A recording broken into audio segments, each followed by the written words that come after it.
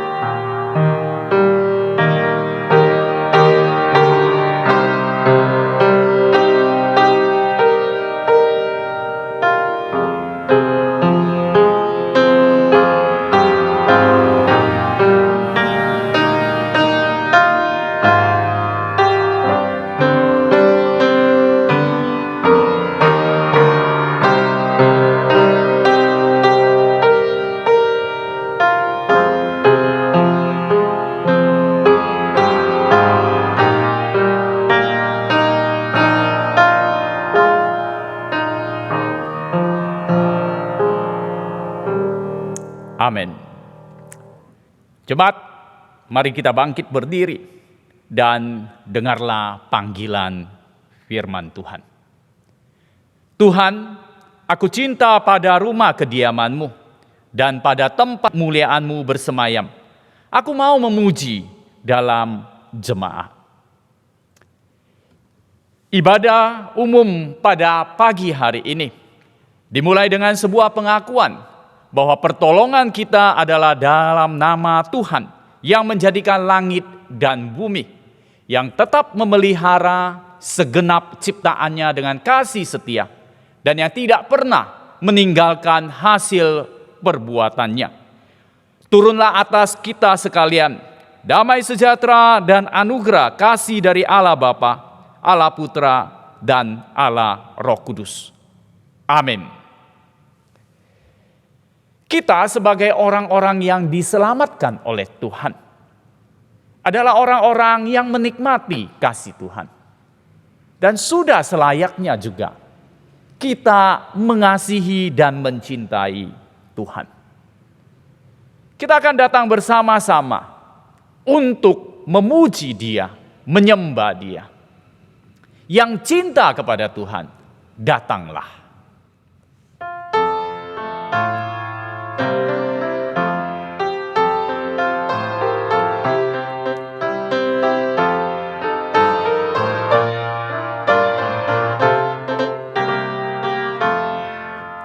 Yang cinta padanya datang bersoraklah, sehati memuji Dia, sehati memuji Dia, menghadap tatanya, menghadap tatanya, menuju ke Sion, tempat yang indah. Kami menuju Sion, Sion, indah kota Allah. Umatnya gemarlah, hapus air matamu, tempuh jalan Immanuel, tempuh jalan Immanuel, sampai sorga mulia, sampai sorga mulia, menuju ke Sion, tempat yang indah. Kami menuju Sion, Sion, indah kota Allah. Mari kita menyerahkan ibadah kita kepada Tuhan. Bapa kami yang di surga, kami datang ke hadapan-Mu. Kami hendak bersama-sama menyembah-Mu. Kami bersatu hati. Kami walaupun dipisahkan oleh tempat karena situasi saat ini, tetapi biarlah kami boleh datang sebagai umat yang Engkau kasihi. Kami boleh bersuka cita karena kami meyakini akan penyertaan-Mu kepada kami. Kami boleh melalui hari-hari kami dengan keadaan kami saat ini. Tuhan, biarlah kami boleh menyadari bahwa Engkau Allah yang berkuasa dan kami mau tunduk di hadapan-Mu. Sertai ibadah kami dari awal hingga selesainya. Arahkan hati kami hanya untuk kemuliaan nama-Mu. Apa yang kami lakukan, pujian kami, penyembahan kami, untuk Engkau Allah yang di tempat maha tinggi. Kami mohon penyertaan-Mu, kami serahkan di dalam tangan-Mu, dalam nama Yesus Kristus, Anak Allah yang hidup. Amin. Jemaat, kami persilakan duduk kembali. Di dalam kehidupan kita menyadari kita adalah orang-orang yang sudah ditebus oleh Allah. Kita percaya darah Kristus itu menyucikan kita. Karena itu, sebagai umat-Nya yang masih di dunia ini, yang masih belum sempurna, kita mau datang mengakui dosa dan kesalahan kita. Kita mau menyatakan kelemahan diri kita dan memohon akan pengudusan Tuhan. Kita mau menyatakan, kutinggalkan dosaku.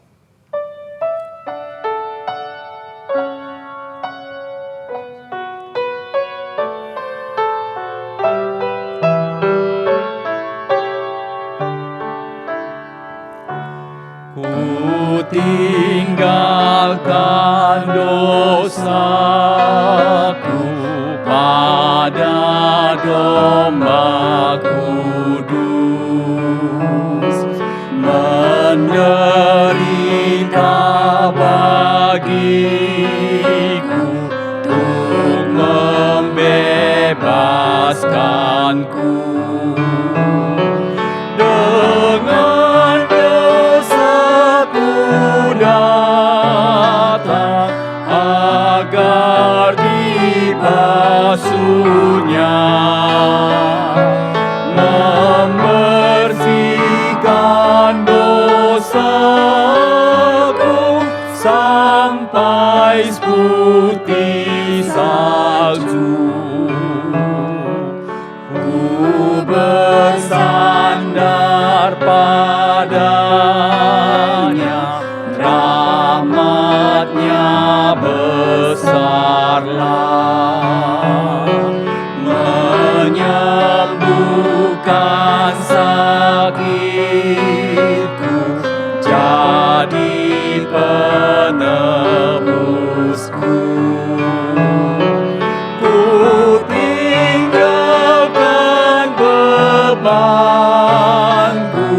Dia yang menanggungnya.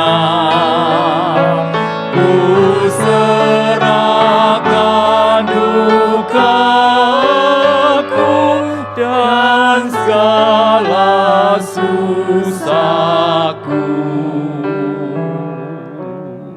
Kita berdoa. Bapa, kepadamu kami berdosa. Kami seringkali lalai akan apa yang Engkau inginkan. Kami melalaikan kehendak-Mu di dalam hidup kami. Saat ini kami kembali mengakui akan dosa dan kesalahan kami. Kami yakin ketika kami dengan iman di dalam Yesus Kristus mengakui bahwa Yesus adalah juru selamat kami, Tuhan kami, Engkau akan menyucikan kami. Karena itu, biarlah dalam hati kami yang terdalam, kami mau membawa segala dosa dan kesalahan kami. Engkau yang memperbaharui kami, sehingga kami mampu menjalani hidup semakin hari semakin seperti Kristus. kami mengaku dan percaya dalam darah Yesus Kristus. Amin. Jemaat yang dikasihi Tuhan, ketika kita datang kepada Allah yang mengajak, yang memberikan panggilannya. Di dalam Matius 11 ayat 28 mengatakan, "Marilah kepadaku semua yang letih, lesu, dan berbeban berat, aku akan memberi kelegaan kepadamu." Kita yang sudah mendapatkan kelegaan dari Tuhan, mari kita menyatakan komitmen kita dengan membaca petunjuk hidup baru yang diambil dari Roma 12 ayat yang kelima bersama-sama. Demikian juga kita, walaupun banyak, adalah satu tubuh di dalam Kristus, tetapi kita masing-masing adalah anggota yang seorang terhadap yang lain. Karena itu, kita haruslah saling mendukung, saling menolong, dan saling menopang. Sebagai umat yang percaya, saya undang kita boleh bangkit berdiri, kita akan bersama-sama menyatakan pengakuan iman kita. Pengakuan iman rasuli. Aku percaya kepada Allah, Bapa yang Maha Kuasa, Khalik langit dan bumi, dan kepada Yesus Kristus, anaknya yang tunggal Tuhan kita, yang dikandung daripada Roh Kudus, lahir dari anak darah Maria, yang menderita sengsara di bawah pemerintahan Pontius Pilatus, disalibkan, mati dan dikuburkan, turun ke dalam kerajaan maut, pada hari yang ketiga bangkit pula dari antara orang mati, naik ke sorga, duduk di sebelah kanan Allah, Bapa yang Maha Kuasa. Dan dari sana ia akan datang untuk menghakimi orang yang hidup dan yang mati. Aku percaya kepada Roh Kudus, gereja yang kudus dan persekutuan orang kudus, pengampunan dosa, kebangkitan tubuh, dan hidup yang kekal. Amin. Dipersilakan duduk kembali. Setiap manusia memiliki waktu di dalam hidupnya. Waktu yang Tuhan berikan kepada setiap kita adalah sama. Kita perlu mengatur waktu kita. Ada waktu di mana kita melakukan aktivitas kita. Tetapi ada waktu di mana kita harus duduk diam untuk mengetahui akan kehendak Tuhan. Firman Tuhan hari ini akan diuraikan oleh Evangelis Caroline Tantra. Mari kita menyiapkan hati kita dengan menyanyikan "Pakailah Waktumu".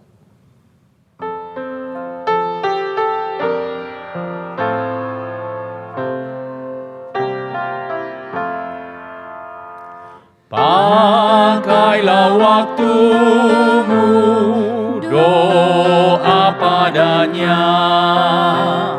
Carilah Tuhanmu, terima firman-Nya. Kasihi umat-Nya, tolong yang lemah. Jangan kau lupakan doa padanya. Pakailah waktumu dekat padanya untuk bersekutu bersama Tuhan. Pandanglah wajahnya, lebih mirip Dia. Nyatakan kasih-Mu dalam hidupmu.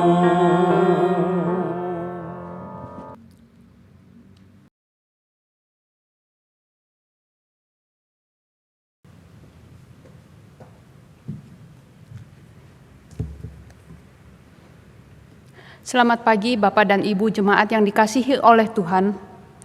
Mari sebelum kita membaca firman Tuhan pada hari ini, kita minta pimpinan Roh Kudus di dalam doa terlebih dahulu. Mari kita berdoa. Tuhan, siapkan hati dan pikiran kami, telinga kami untuk siap mendengar firman-Mu.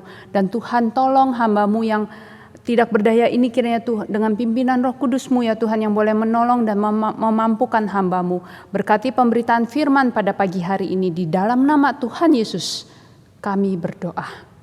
Amin. Ada sebuah cuplikan video pendek yang akan kita saksikan bersama.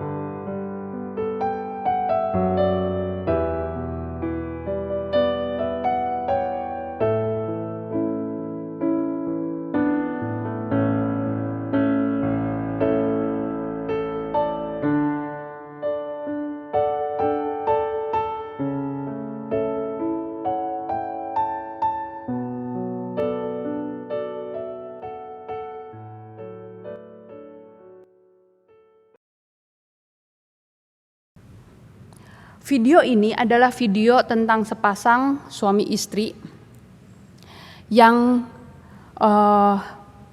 kekurangan di dalam anggota tubuh mereka. Tetapi mereka boleh saling melengkapi satu sama lainnya. Sang suami tidak memiliki kaki, yang tadi kita sudah melihat videonya. Tetapi sang istri juga juga kehilangan salah satu tangannya, tetapi kita melihat mereka menjadi satu tim yang kompak yang saling bekerja sama. Bapak dan Ibu, apakah Bapak dan Ibu perhatikan di dalam 1 bulan ini, di dalam ibadah kita telah banyak mendengar khotbah mengenai menjadi anggota keluarga Allah. Dan bahkan di dalam bulan ini, gereja melakukan baptisan dan CD, menerima teman-teman baru menjadi anggota di dalam gereja kita, GKI Immanuel. Sebagai anggota keluarga Allah, melalui firman Tuhan yang disampaikan, kita diingatkan untuk boleh terus mengasihi satu sama lainnya. Kita diingatkan terus untuk boleh menyatakan kasih kita sebagai bukti bahwa kita adalah murid Kristus. Namun, sebagai murid Kristus dan anggota keluarga Allah, kita perlu lagi menyatakan sikap hidup kita sebagai anggota keluarga Allah. Saat ini saya mengajak kita semua untuk boleh membuka Roma pasal 12 ayat 4 sampai 5. Roma 12 ayat 4 dan 5. Sebab sama seperti pada satu tubuh kita mempunyai banyak anggota, tetapi tidak semua anggota itu mempunyai tugas yang sama. Demikian juga kita, walaupun banyak, adalah satu tubuh di dalam Kristus, tetapi kita masing-masing adalah anggota yang seorang terhadap yang lain.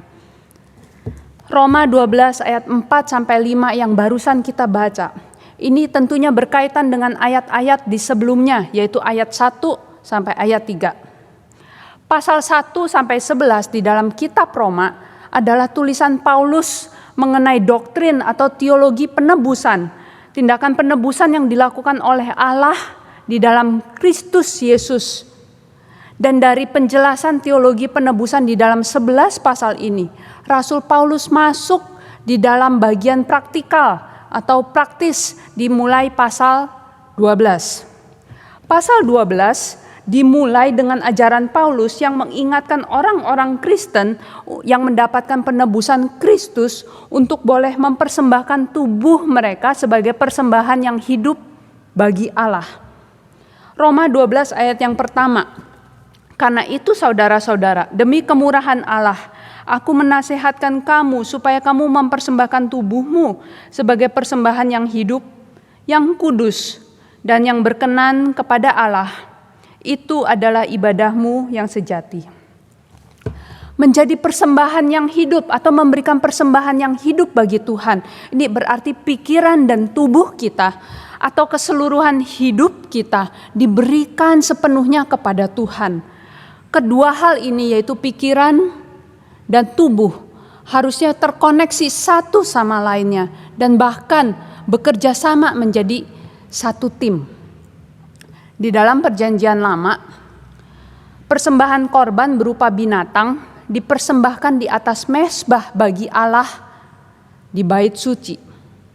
Tetapi ketika Kristus datang dan mati di atas kayu salib untuk menebus umat manusia, Kristus sendiri yang menjadi korban yang sempurna itu dengan kematiannya, sehingga kita orang Kristen, umat yang telah ditebus oleh darah Kristus, tidak perlu lagi mempersembahkan korban binatang setiap kali kita beribadah kepada Tuhan. Tetapi yang kita persembahkan adalah tubuh kita, yang kita persembahkan adalah hidup kita bagi Tuhan. Perbedaannya dari persembahan korban yang ada di dalam Perjanjian Lama dengan persembahan diri orang Kristen adalah ketika persembahan korban berupa binatang itu, binatang tersebut harus dibunuh dan mati. Sedangkan persembahan diri orang Kristen adalah persembahan yang hidup, dengan hidup yang baru di dalam Kristus. Dan hidup yang baru ini muncul atau dapat terjadi dengan cara-cara yang mungkin tidak dapat kita ketahui dengan pimpinan Roh Kudus. Ketika Rasul Paulus menuliskan hal-hal praktikal yang perlu dilakukan oleh umat percaya atau orang Kristen, Paulus sedang mengintegrasikan atau menyambungkan antara iman Kristen dengan sikap hidup sebagai seorang Kristen yang telah ditebus. Iman di dalam Kristus ini didapatkan ketika Kristus mati di atas kayu salib menebus kita. Dan kematiannya ini, penebusannya ini membawa suatu sikap hidup yang baru di dalam Kristus. Kita yang telah mati oleh dosa, namun hidup untuk Kristus. Dalam Roma 12 ini ada satu hal pertama yang dilakukan oleh orang-orang yang hidup di dalam Kristus adalah pembaharuan budi atau pembaharuan mind atau pikiran. Dan ini pun berdampak langsung di dalam kehidupan kita atau kehidupan cara hidup kita, panggilan hidup kita sebagai anggota keluarga Allah yang terdiri dari anggota yang berbeda-beda. Di sini Rasul Paulus menggunakan analogi tubuh manusia untuk penggambaran komunitas Kristen. Di ayat 4 yang tadi kita sudah baca, dikatakan sebab sama seperti pada satu tubuh, kita mempunyai banyak anggota, tetapi tidak semua anggota itu mempunyai tugas yang sama. Dan di ayat yang kelima, demikian juga kita, walaupun banyak adalah satu tubuh di dalam Kristus, tetapi kita masing-masing adalah anggota yang seorang terhadap yang lain. Melalui ayat 4 dan 5 ini ada dua hal yang dapat kita pelajari. Atau ada dua hal yang Rasul Paulus akan tekankan atau ajarkan mengenai ini. Yang pertama, di ayat 5a, kita akan melihat adanya di sini, kita melihat adanya kesatuan tubuh di dalam Kristus. Kedatangan Kristus bukan hanya terjadi kepada orang-orang Yahudi, tetapi juga kepada orang-orang non-Yahudi yang percaya dan menaruh iman mereka di dalam Kristus Yesus. Paulus di dalam Efesus pasal 2 ayat 19 mengatakan, Demikianlah kamu bukan lagi orang asing dan pendatang, melainkan kawan sewarga dari orang-orang kudus dan anggota-anggota keluarga Allah. Di sini Paulus menunjuk kepada orang-orang non-Yahudi yang percaya kepada Kristus oleh karena penebusan Kristus, sehingga mereka yang tadinya jauh dari Kristus kini menjadi dekat dengan Kristus oleh karena penebusan yang dilakukannya, sehingga orang-orang ini menjadi umat Allah. Sebagai umat Allah, sebagai orang-orang yang kudus di dalam Efesus pasal 2 ayat 19 ini, mereka juga mendapatkan hak istimewa, sama seperti hak istimewa yang diperoleh oleh bangsa Israel sebagai umat pilihan Allah, yaitu mereka menjadi anggota keluarga Allah. Mereka bukan lagi menjadi seorang pendatang atau orang asing, tetapi mereka masuk menjadi anggota keluarga Allah. Roma 9 ayat 5 menuliskan, mereka adalah keturunan bapa-bapa leluhur yang menurunkan Mesias dalam keadaannya sebagai manusia yang ada di atas segala sesuatu. Ia adalah Allah yang harus dipuji sampai selama-lamanya. Amin. Yesus Kristus yang adalah 100% manusia tetapi juga adalah 100% Allah. Sehingga mereka yang ada di dalam Kristus, mereka juga adalah anggota di dalam tubuh Kristus yang telah diperbaharui. Maka ketika Paulus menggunakan analogi atau gambaran tubuh manusia, Paulus menggunakan ini sebagai penggambaran bukan secara acak. Paulus menggunakan penggambaran ini bukan secara acak, dia mengambil contoh ini, tetapi Paulus ingin menunjukkan untuk berbicara mengenai bagaimana umat Allah yang telah ditebus oleh darah Kristus dan masuk menjadi anggota keluarga Allah, menjadi gerejanya yang telah disatukan dengan anggota, menjadi anggota di dalam tubuh Kristus dan menjadi hidup di dalam tubuh Kristus, dan Kristus hidup di dalam tubuhnya, sehingga kita manusia yang baru ini diubahkan dan ditransformasi. Di sini kita melihat ada tujuan gereja yang lebih besar, yaitu kesatuan di dalam Kristus ini bukan didasarkan hanya kepada satu kepercayaan yang umum yang mungkin dimiliki oleh kepercayaan-kepercayaan lain. Tetapi kesatuan di dalam Kristus ini didasarkan pada satu iman yang sama, yaitu iman di dalam Kristus. Iman yang sama di dalam Kristus Sang Mesias, penebus itu. Meskipun setiap kita memiliki latar belakang, memiliki panggilan dan kemampuan yang berbeda-beda. Namun sebagai umat Allah, orang-orang Kristen yang percaya kepada Kristus, ini berbagian di dalam iman yang sama di dalam Tuhan, di dalam Kristus, yang pada akhirnya iman yang sama ini menjadi dasar dari komunitas, dari kesatuan dan kerjasama. Ini yang pertama, yaitu adanya kesatuan tubuh di dalam Kristus. Di ayat 5b, kita juga melihat Rasul Paulus mengajarkan, ingin menekankan bahwa di sini juga adanya saling memiliki seorang terhadap yang lain. Menjadi anggota keluarga Allah dan disatukan di dalam tubuh Kristus ini juga berdampak pada satu sama lainnya, pada sesama kita. Walaupun kita masing-masing memiliki kehidupan pribadi kita masing-masing, namun sebagai satu anggota keluarga Allah, sebagai satu gerejanya, kita saling memiliki satu sama lainnya. Kita saling membutuhkan satu sama lainnya. Kita saling bergantung satu sama lainnya. Menjadi satu di dalam tubuh Kristus dan saling memiliki ini di dalam satu komunitas Kristen. Ini harusnya dikembangkan dan dialami dengan peran yang berbeda-beda dari setiap kita. Seorang bernama John Donne mengatakan, "No man is an island." Tidak ada seorang manusia yang dapat hidup sendiri di sebuah pulau. Pernyataan ini adalah benar bagi gereja. Tidak ada seorang Kristen pun yang dapat bertarung sendiri atau tanpa memiliki satu sama lainnya. Sekali lagi, ketika Rasul Paulus menggunakan analogi tubuh manusia yang memiliki organ, dan organ-organ ini memiliki fungsi dan peran yang berbeda-beda, Paulus ingin menekankan bahwa di dalam kesatuan tubuh Kristus, walaupun kita adalah pribadi dari umat Allah, di dalam kesatuan ini kita juga tetap memiliki peran yang berbeda-beda satu sama lainnya. Tetapi kita saling memiliki, saling bergantung satu sama lainnya karena kita adalah di dalam satu tubuh. Tubuh kita terdiri dari beberapa anggota tubuh. Kita memiliki mata untuk melihat. Kita memiliki telinga untuk mendengar. Kita juga memiliki kaki untuk berjalan, lidah untuk mengecap, dan sebagainya. Namun, keberagaman dari anggota tubuh kita serta keberagaman peran atau fungsi dari masing-masing organ tubuh kita ini hidup di dalam satu tubuh manusia.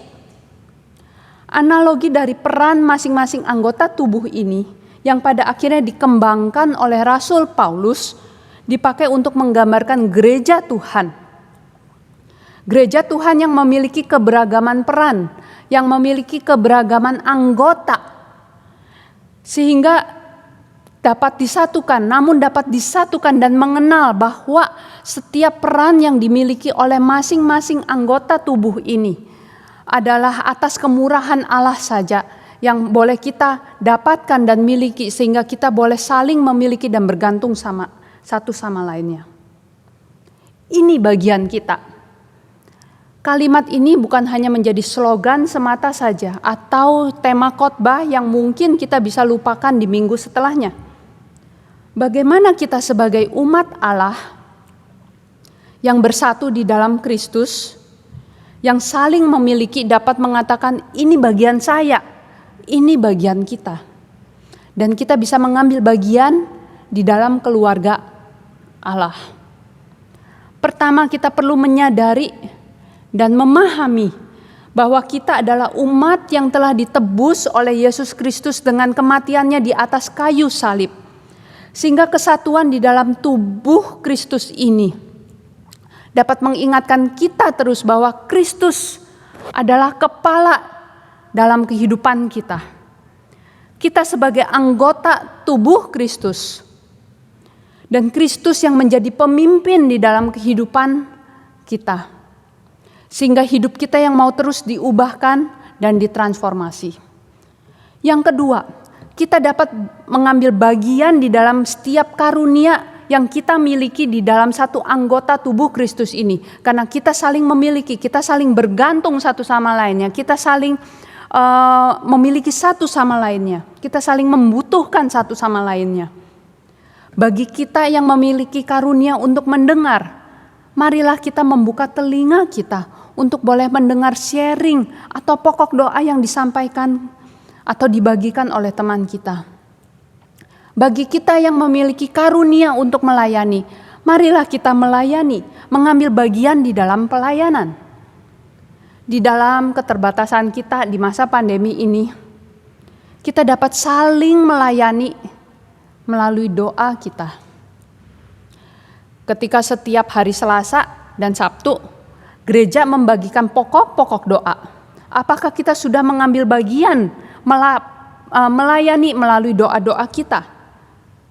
Marilah kita saling mendoakan anggota-anggota tubuh Kristus yang lainnya ini. Marilah kita juga berbagian di dalam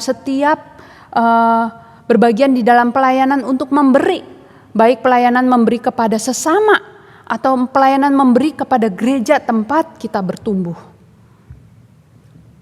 Ini bagian kita. Marilah kita melakukan apa yang menjadi bagian kita. Karena Tuhan yang memberikan bagian atau peran itu yang berbeda-beda kepada setiap kita. Dan peran ini kita bisa pakai di dalam kesatuan atau di dalam tubuh Kristus ini. Karena kita saling memiliki, kita saling bergantung, kita saling bertumbuh satu sama lainnya. Karena Allah sendiri di dalam diri Yesus Kristus yang telah mengambil bagian dan bahkan memberikan hidupnya bagi kita, sehingga kita boleh disatukan di dalam tubuh Kristus, dan kita boleh mengambil bagiannya kita untuk boleh kita saling melayani sebagai satu anggota keluarga Allah. Ini bagian kita, ini bagian saya. Mari kita berdoa. Tuhan, biarlah tema khotbah pada hari ini bagian kita, bukan hanya menjadi kalimat yang lewat begitu saja, tetapi benar-benar kami sebagai umat yang Tuhan telah tebus menjadi umat-Mu, menjadi anak-anak-Mu. Kami yang telah disatukan di dalam tubuh Kristus, menjadi anggota keluarga Allah. Kami boleh mengambil bagian kami masing-masing untuk saling melayani, untuk saling memiliki satu sama lainnya, karena kami saling membutuhkan satu sama lainnya di dalam anggota keluarga Allah. Walaupun kami memiliki peran bagian yang berbeda-beda.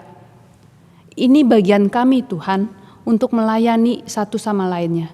Karena Tuhan telah terlebih dahulu mengambil bagian-Mu untuk melayani kami, bahkan memberikan hidup-Mu bagi kami. Dan kami ingin memberikan hidup kami, bagian kami untuk melayani orang lain. Terima kasih Bapa. Di dalam nama Tuhan Yesus kami berdoa.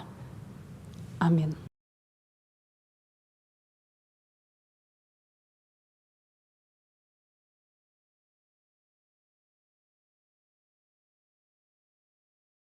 Demikianlah firman Tuhan yang sudah kita dengarkan.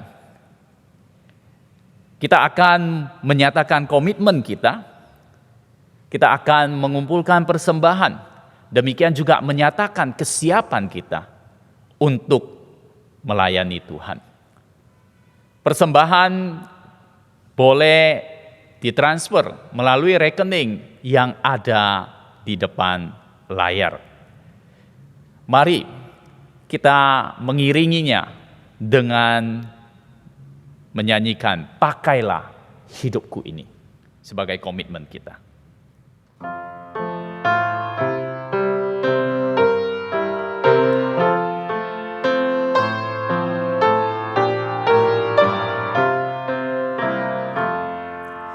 Pakai hidupku ini, jiwa tubuhku serahkan, dan sepanjang hidupku untuk membalas kasih-Mu. Pakai tanganku ini, digerakkan kasih-Mu, dan pakailah kakiku untuk mengikut langkah-Mu.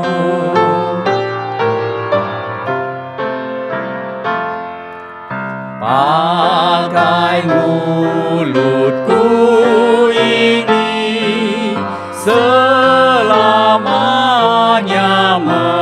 memuji, dan pakailah bibirku untuk beritakan firman-Mu. Mari kita bersama-sama berdoa. Bapa kami yang di surga, terima kasih Engkau yang memimpin hidup kami, sehingga kami boleh beribadah kepadamu. Bahkan Engkau memperkenankan kami untuk membawa persembahan kami, untuk menjadi bagian dari pelayanan-Mu. Tuhan, Engkau yang menolong kami, agar kami boleh melihat segala sesuatu adalah dari Engkau. Dan biarlah persembahan materi ini menjadi bagian dari persembahan tubuh kami, Tuhan. Kami berdoa menyerahkan mereka yang dipercayakan untuk mengaturnya. Tuhan beri hikmat. Pada saat ini juga kami mau bersama-sama berdoa bagi beberapa hal. Yang pertama, kami mau berdoa untuk keadaan dunia ini Tuhan. Kami berdoa masa pandemi yang belum berakhir. Kami memohon kepadamu, Engkau yang kasihani. Karena masa pandemi ini sangat mempengaruhi segala aspek yang ada di dunia ini. Termasuk dengan kami juga Tuhan. Kami mengalami keterbatasan. Kami harus membatasi diri. Tuhan, Engkau memberikan kami hati yang bijak di dalam menyikapinya. Kami mau Tuhan taat, khususnya Tuhan akan himbauan pemerintah, agar kami membatasi diri kami, tidak melakukan hal-hal yang tidak perlu, tidak melakukan perjalanan yang tidak perlu, tidak keluar untuk melakukan hal yang tidak seharusnya. Tuhan tolong kami, agar kami juga mau menerapkan protokol kesehatan, agar virus ini boleh teratasi. Kami bersyukur bahwa sudah ditemukan vaksin, dan negara kami, Indonesia, sudah mulai melakukannya. Kiranya ini juga boleh menjadi usaha membatasi, menyelesaikan masa pandemi ini. Kami juga berdoa Tuhan untuk keadaan alam saat ini, bencana alam yang terjadi di beberapa daerah Indonesia. Kami berdoa untuk gempa, banjir, longsor, demikian juga gunung meletus. Kami mohon Tuhan Engkau memberikan kesigapan, baik kepada pemerintah maupun kepada rakyat yang tertimpa, agar tetap boleh dikuatkan. Tuhan, Engkau yang memberikan hati kepada orang-orang yang Engkau berkati, mereka yang terbebas, agar mereka juga boleh peduli dan mengambil bagian, membantu mereka yang tertimpa bencana. Kami berdoa juga Tuhan, agar kami sendiri berhikmat untuk menjaga diri menghadapi perubahan iklim yang tidak menentu saat ini. Berdoa bagi jemaat-jemaat-Mu Tuhan, di dalam pergumulan hidup yang mereka rasakan. Tuhan memberikan mereka kekuatan iman dan kesetiaan. Biar dalam keadaan bagaimanapun mereka tetap merasakan kasih Tuhan, dan mereka hanya memandang kepada Kristus, dan jangan biarkan jemaat-Mu lengah dan tersesat. Bapa, kami menyerahkan doa-doa kami ini ke dalam tangan-Mu. Demikian juga bagi mereka yang sakit. Tuhan tolong.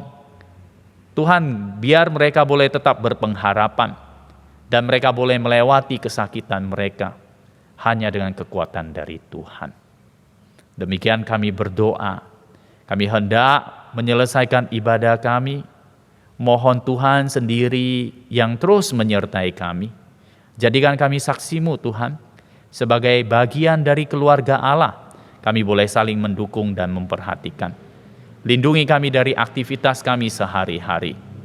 Kami memohon semuanya hanya dalam nama Tuhan Yesus. Amin. Saat ini mari kita bersama-sama mengembalikan segala kemuliaan hanya kepada Allah. Saya undang kita bangkit berdiri, kita nyanyikan pujian doksologi.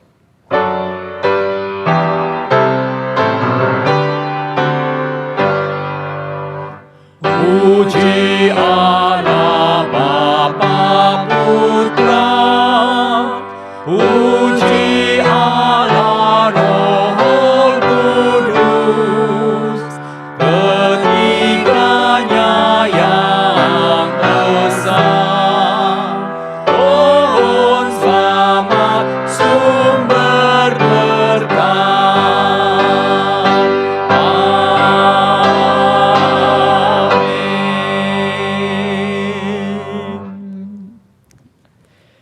Jemaat yang dikasihi Tuhan, mari arahkan hatimu dan terimalah berkat.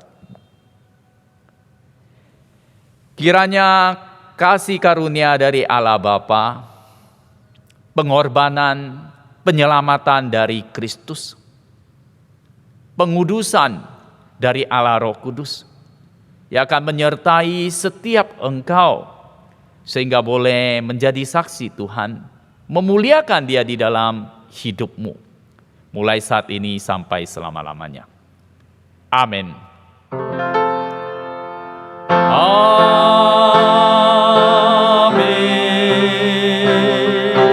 Amin.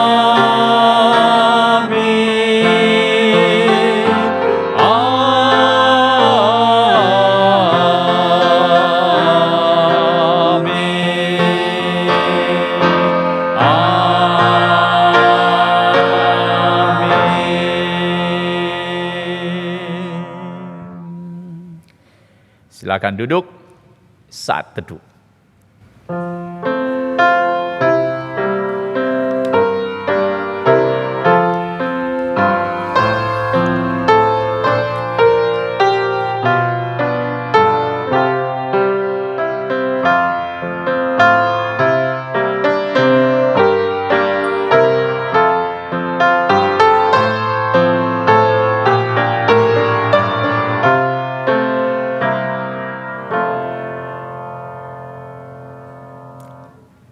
Jemaat sekalian, demikianlah ibadah kita pada hari ini. Ada beberapa pengumuman yang akan saya sampaikan, dimohon kesabarannya. Berterima kasih kepada rekan-rekan yang sudah melayani pada hari ini. Dan secara khusus kepada Evangelis Caroline Tantra yang sudah menguraikan firman Tuhan bagi kita semua. Bapak Ibu sekalian, ada berita duka. Telah meninggal dunia pada hari Kamis tanggal 23 Januari 2021, Bapak Jono Halim. Beliau adalah bapak mertua Mingli dan papa dari Eni Halim dalam usia yang ke-70 tahun. Sudah dikremasikan pada minggu yang lalu di Sentong Lawang. Dan pada hari Sabtu tanggal 23 Januari 2021,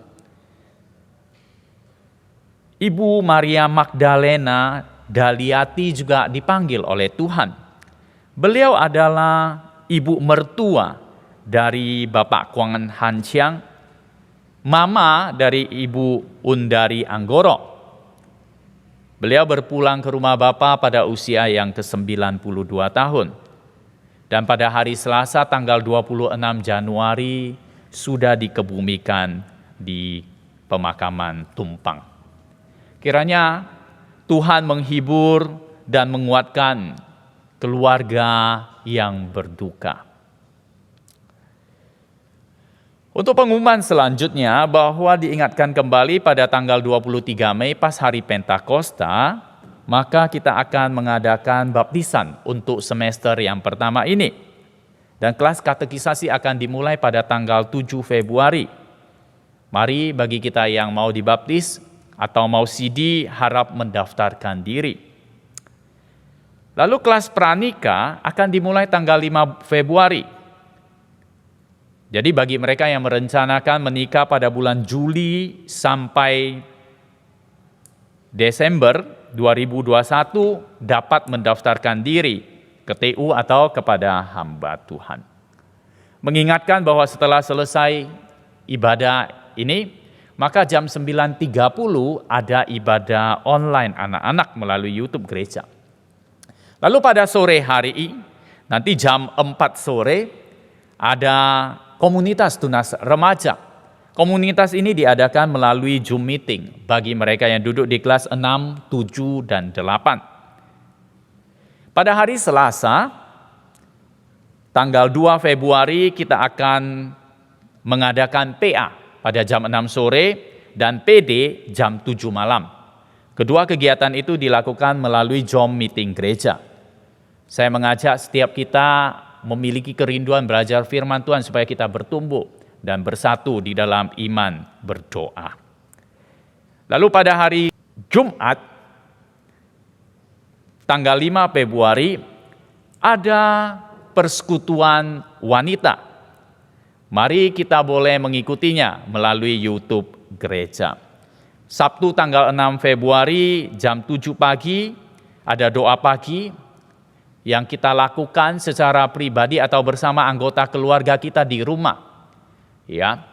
Jadi liturgi doa akan dibagikan melalui WA Group Gereja GK Immanuel Malang. Lalu pada Sabtu sore jam 5 ada komunitas pemuda remaja. Dan bagi yang tidak bisa mengikuti pada Sabtu sore, kita bisa mengikutinya pada hari Minggu jam 5 sore, jamnya sama. Ya. Kegiatan ini juga melalui media Zoom dengan link yang ada. Minggu depan hari Minggu tanggal 7 Februari kembali kita mengadakan ibadah bersama-sama jam 7 dengan pembicara Pendeta Tikio Harjowono. Dalam ibadah tersebut akan diadakan perjamuan kudus. Mari kita menyiapkan hati kita. Bagi kita yang memerlukan roti dan anggur, dapat menghubungi Evangelis Licu Mulyatan di dalam jam kerja gereja untuk membuat janji pengambilannya. Demikian untuk pengumuman pada hari ini. Sekian dan terima kasih atas kesabaran Bapak Ibu. Tuhan memberkati.